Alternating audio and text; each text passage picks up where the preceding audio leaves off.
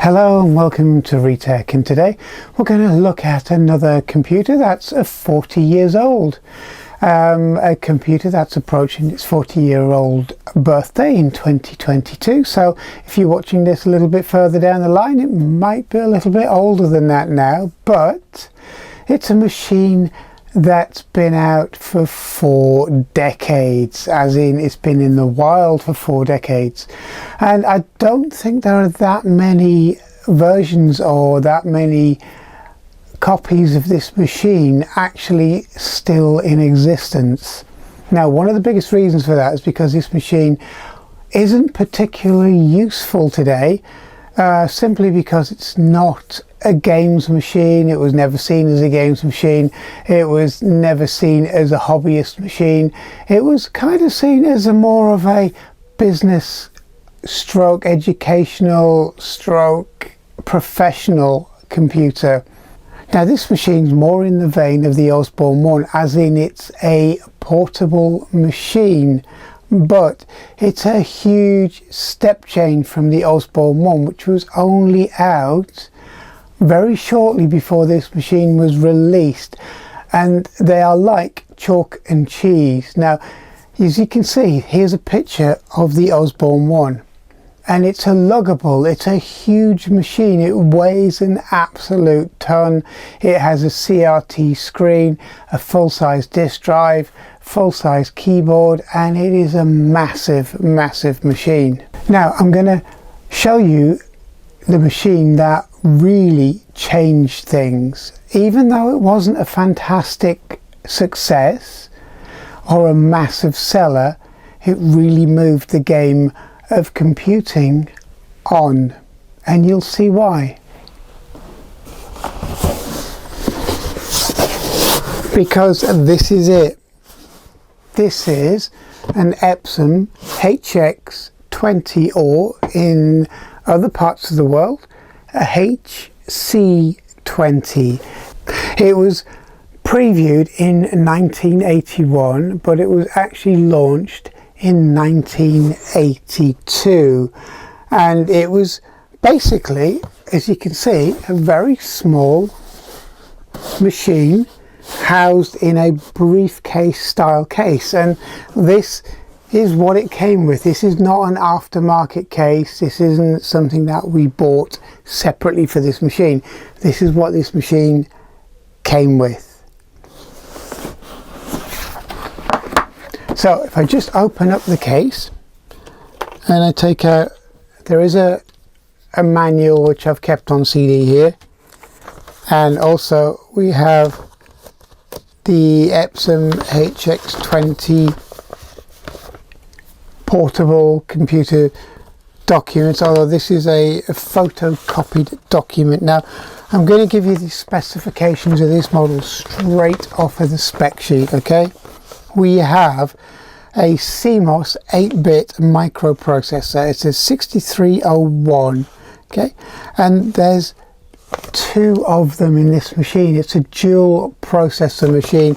It's running at 614 kilohertz. Okay, not megahertz, kilohertz. It has a 16K of RAM on board, but it is expandable. Now, my machine's been expanded, so I'm taking it off of this spec sheet. Okay, it has 32K of ROM, which is expandable to 72K with a separate expansion unit. It also has a 24-column dot matrix printer built in, and a data storage medium in the form of a micro cassette drive. Now, it also has a built-in battery, and the battery on this machine could last up to 40 hours. It's a massive amount of time for a portable computer to last 40 hours. Can you imagine back in the late 1990s, early 2000s, when laptops batteries would last between an hour and 45, and if you were very lucky, 2 hours. This would last 40 hours, a long time for a battery to last on a portable computer. Now, one of the things you might think of is basically, well, if it's a portable computer and it's got basically a decent battery, a printer, a micro cassette built in. It must have a very poor keyboard, but no, it has a 68 key full travel keyboard. That's off the spec sheet, and you're probably thinking, well, it can't be that good. But it actually is. It's a very, very good computer. But the problem we have with it, it was almost certainly ahead of its time. Now, I'm going to show you this before we actually take a really good look at this machine, okay? So I'm just going to lift it out of its case.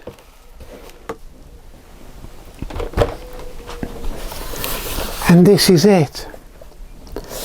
This is the actual computer. It is no bigger than a full-size laptop.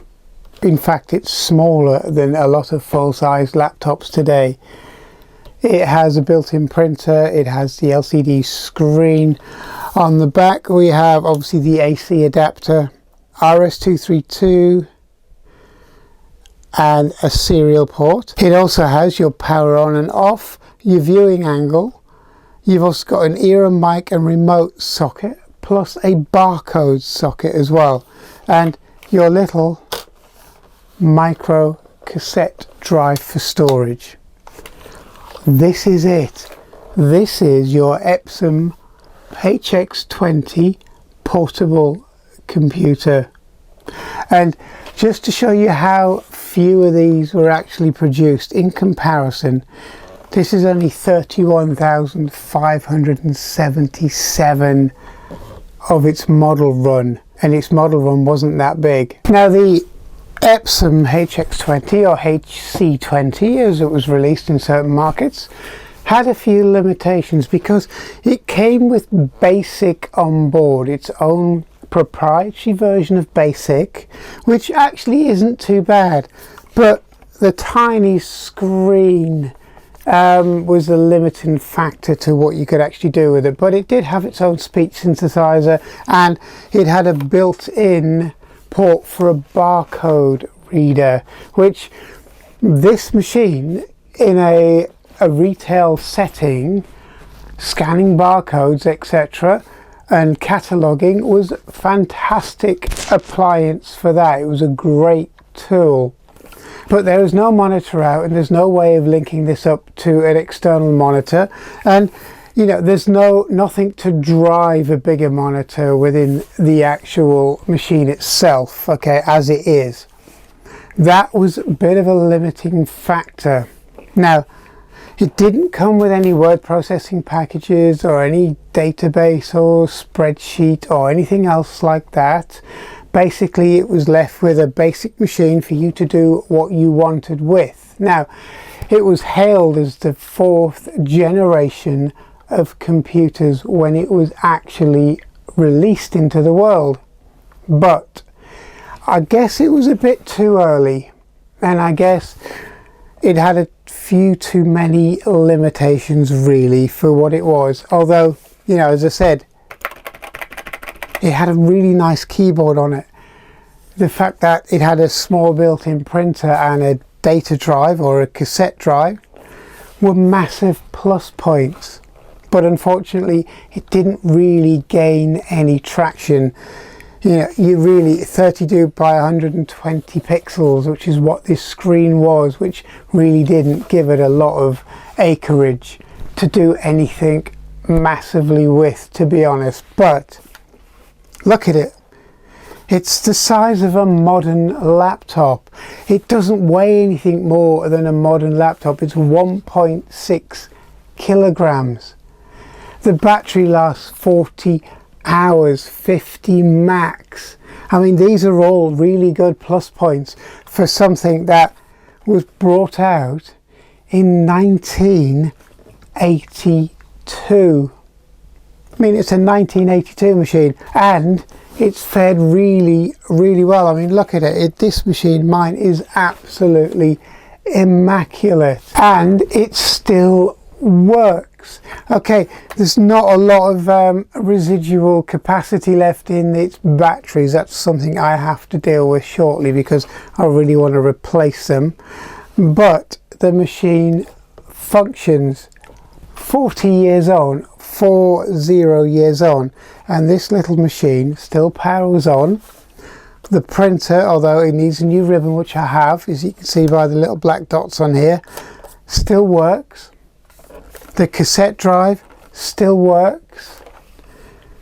And if I could really find an application for it, I would use it, because I quite like the way it was built. It doesn't creak like a lot of modern laptops. It doesn't twist. There's no noises coming from it. It's very, very solid, but it was very expensive when it was actually produced. Now, the biggest problem is there is no real use for this in the kind of modern world. In fact, there was very little use for it when it came out, unless it was an industrial setting or a commercial setting. But for the home, for the hobbyist, very little use you could put this machine to, and that, I believe, was its downfall. But if anybody asks you, what is the first true laptop? Well, it's actually this, the Epson HX20.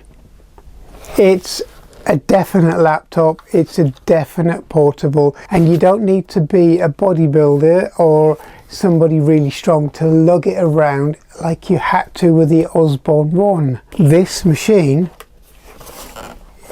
is very light.